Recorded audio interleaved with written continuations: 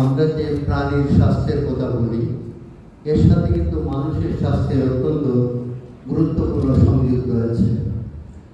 আমাদের প্রাণী যদি তার স্বাস্থ্য যদি ভালো না থাকে, তাহলে কিন্তু মানুষের স্বাস্থ্য ভালো থাকার কোনো কারণ নেই। কিছুদিন আগে আমাদের ডিজি মহোদয়, আমি এবং আমরা একটা প্রোগ্রামে গিয়েছিলাম। সেটি সরকারি উদ্যোগে হয়েছিল ক্যাবিনেট ডিভিশনে, যেখানে ইস্যুটা এসেছিল যে আমরা মানুষের স্বাস্থ্যের জন্য হুমকি স্বরূপ আমাদের প্রাণী সম্পদ অধিদপ্তর এবং মৎস্য অধিদপ্তর, যা হচ্ছে মানুষের স্বাস্থ্যের জন্য হুমকি স্বরূপ, মূল কথা। কিন্তু আমি বিষয়টাকে অন্যভাবে দেখি। আপনারা দেখেছেন যে প্রায় প্রত্যেকটা জেলায় মেডিকেল কলেজ হয়েছে।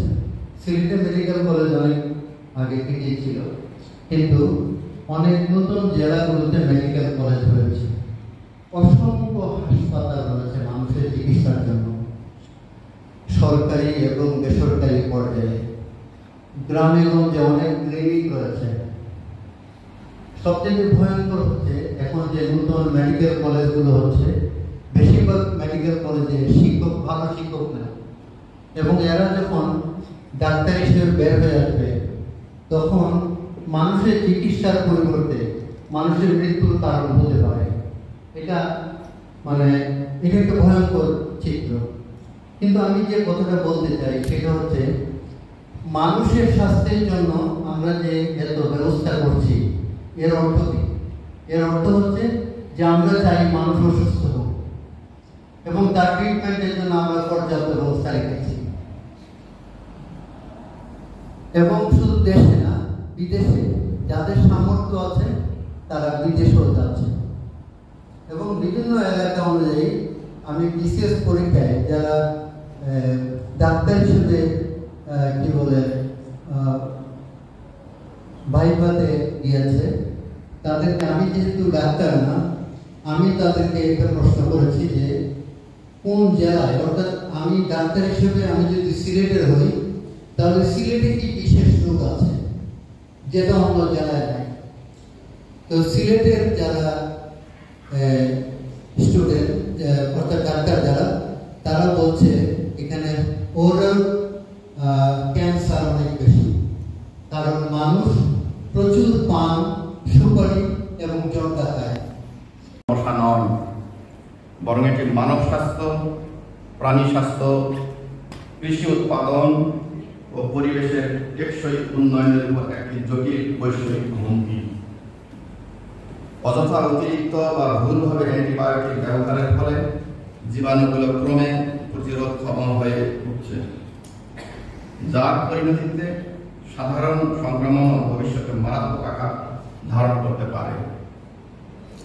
বিশ্ব স্বাস্থ্য সংস্থার পূর্বাভাস অনুযায়ী যদি এখনই কার্যকর পদক্ষেপ গ্রহণ, এই প্রেক্ষাপটে আজকের কর্মশালাটি অত্যন্ত তাৎপর্যপূর্ণ। কারণ আজকের কর্মশালায় অংশগ্রহণকারীদের কর্মকাণ্ডই আগামী প্রজন্মের ভবিষ্যৎ স্বাস্থ্যের নিশ্চয়তা প্রদান করবে। এখানে আশঙ্কার বিষয় হচ্ছে যে আমাদের রিজার্ভ গ্রুপে আমরা কলিস্টিন, যেটা সাধারণত আইসিইউ প্যাশেন্ট ইউজ করা হয়, সেটা 9% রেজিস্ট্যান্স পাচ্ছে, এবং অ্যান্টিডাসাইক্লিন এটাও রিজার্ভ একটি ড্রাগ। এটা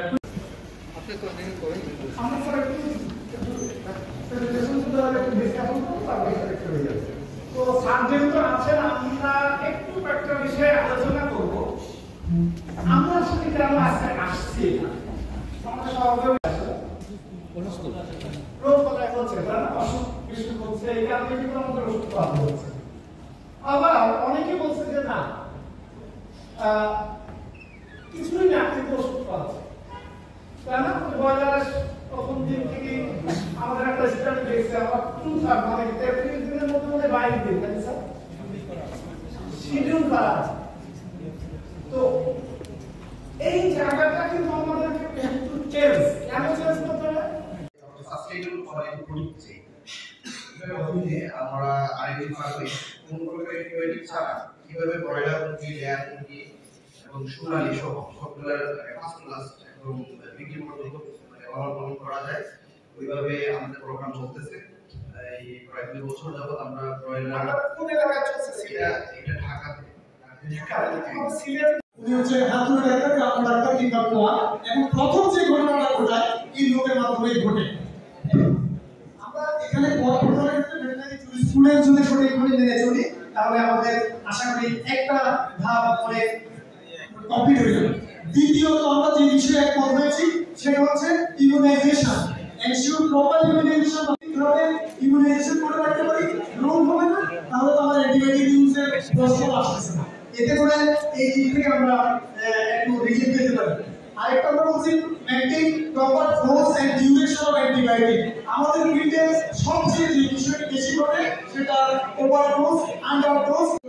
যেহেতু আমাদের জনগণের শর্টেজ আছে, ওই কোনো বাছুর থেকে ফিটাল মিল্কিং এর উপর করা হয়, কিন্তু ফিল্ডের যে এক্সপেরিয়েন্স বা ফিল্ডের যে সিনারিও আমার মনে হয় এটা এবং ব্রেড করতেছে এই জায়গা থেকে ওষুধ ছাড়ে বলে বাকি ঘটনাগুলো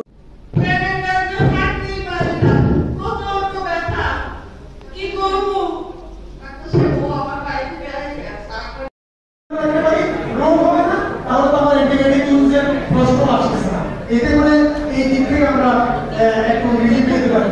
আরেকটা আমরা বলছি maintain proper dose and duration of antibiotic. আমাদের সবচেয়ে যে বিষয়টা